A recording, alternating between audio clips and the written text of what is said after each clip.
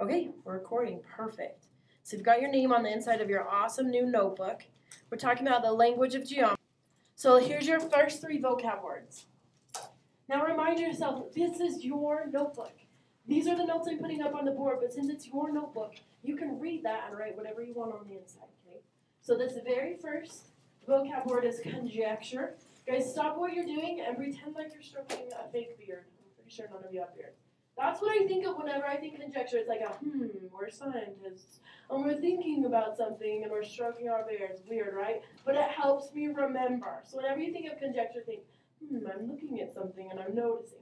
So if they were my notes, underneath conjecture, I would put unproven statement based on observations. Break it down. You don't have to write word for word. I want it to make sense to you. All right, inductive reasoning. So you've been conjecturing, you're stroking your fake beard, thinking about something, and then you're reasoning at the same time. Inductive reasoning is all about patterns. You look for a pattern, and they're like, now I can make a conjecture about that pattern. So again, if it was my notes, I would just write down the patterns. Okay. All right, last thing, counterexample. We did this on one of our warm-ups. It's proving that something is false. For example, if I've said Miss Bateman is 5'5", how are you going to counter that? You can measure me and say, nope, not quite, not even close. Counterexample, you're proving something false. You're countering that. Okay, were you nice to yourself on those vocab words? Nod your head. We're always nice to ourselves. Okay, the next box, I'm pretty sure it's done for on. So inductive reasoning, let's make sure you understand. So you're looking for a pattern, then you make a conjecture, and then you can prove it wrong if you need to with a counterexample. Here we go. So you've got those shades, right? If it asks you to draw the next box, could you do it? Can you tell what's going on with those patterns? Okay, I think so. Look on your notes. 3 boxes, aren't they done for you? Do you agree with that? No, we don't agree. Let's sketch it then. So on this one, draw yourself a box. Good luck. I'm a terrible artist. You should know that right now. Okay, my brain is probably different than your brain. I don't see patterns like other people see patterns. What I notice first is that middle is filled in every time. Do you agree with me? So I would fill in the middle. Like, okay, I got that one. And then I would have to step back, and I'd probably go 1 box at a time. I'm looking at the corner boxes. It started upper left, then upper right, then bottom right, so I bet it's bottom left. Do you agree with me? So that box is probably right here.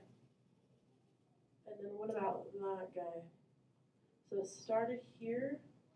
Then did it go to the bottom, guys? Looks like it. And then maybe to the right, or excuse me, the left. So maybe right here. Do you agree with me?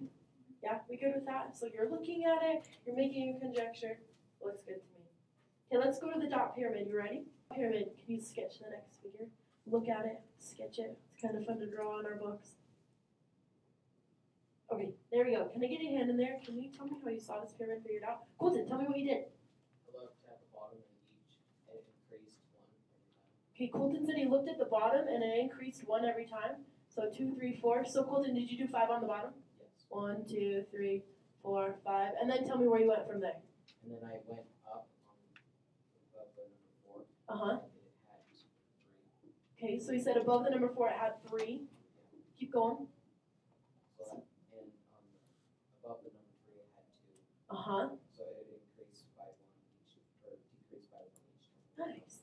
So Colton said that above the 4 it went down to 3, above 3 down to 2. So he said it decreased by 1. I love that you said decreased by 1. What do you use vocab? All right, so 4 and then keeps decreasing by 1, 2, 1. Raise your hand if your brain is kind of like Colton's brain. Did you see it the same way? I'm raising my hand because I would have looked at the bottom first. Okay, hands down. How many of you saw it a different way but still got the same pyramid? Anybody? Is that totally fine? Absolutely, because I'm not going to force your brains to be the same as everybody else's, okay? All right, let's go to the next page. We are out. All right, so describe the pattern. So you've got to tell me what's going on. Timesing by this, dividing by this, subtracting by this, and then tell me the next number, okay? Take time, figure these ones out, see if you can see what's going on. All right, can I get a hand in there? Can you tell me what you noticed on letter A? What's the pattern? Christian, thanks for raising your hand. That it decreases by half of the number 4. decreases by half of the number. Okay, cool. So Christian, what's the next number in the pattern? 8. Nicely done. Guys, clap once if you got the same thing. Nice. Can I get someone to use their undescribed number, or excuse me, letter? Maddie, thanks. What'd you notice?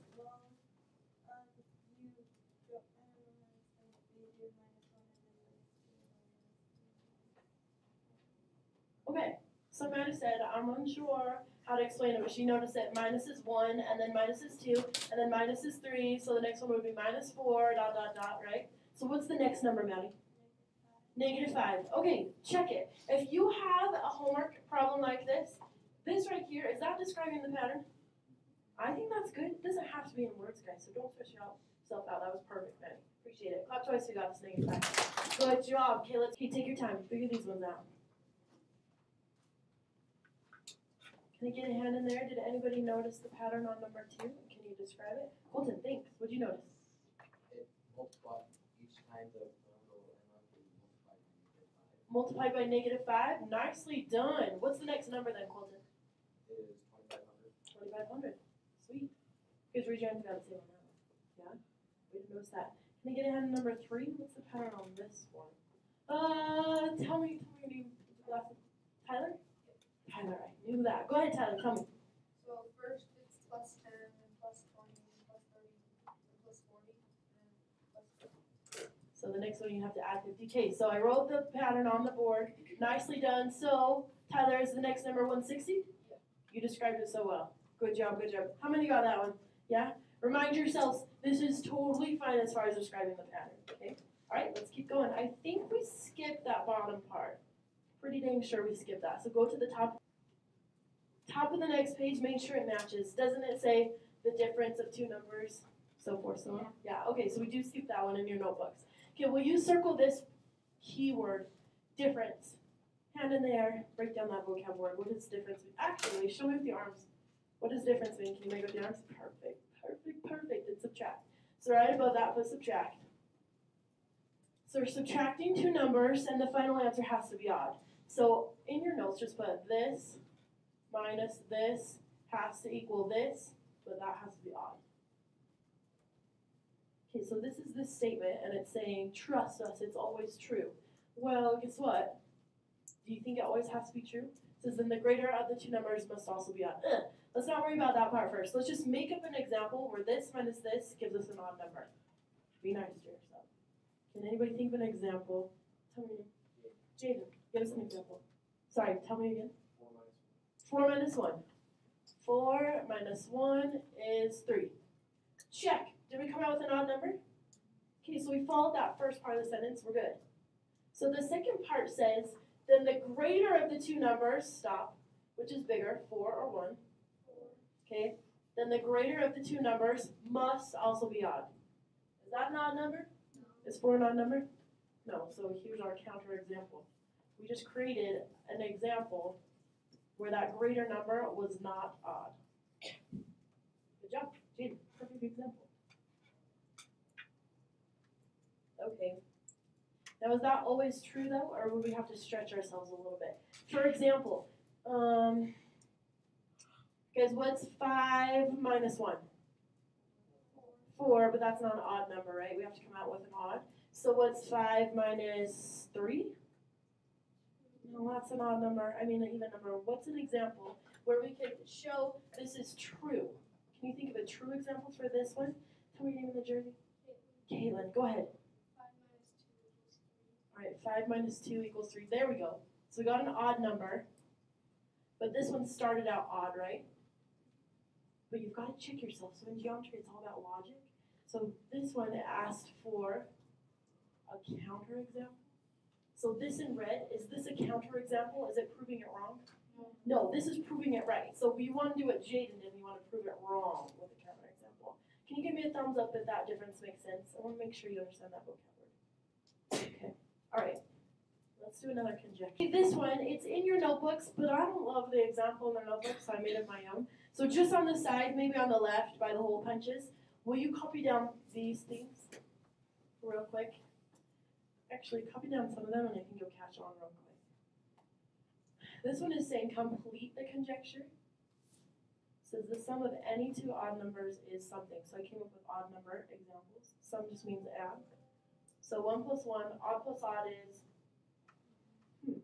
1 plus 3, odd plus odd is another one. 3 plus 5 is, what's the pattern on this, guys?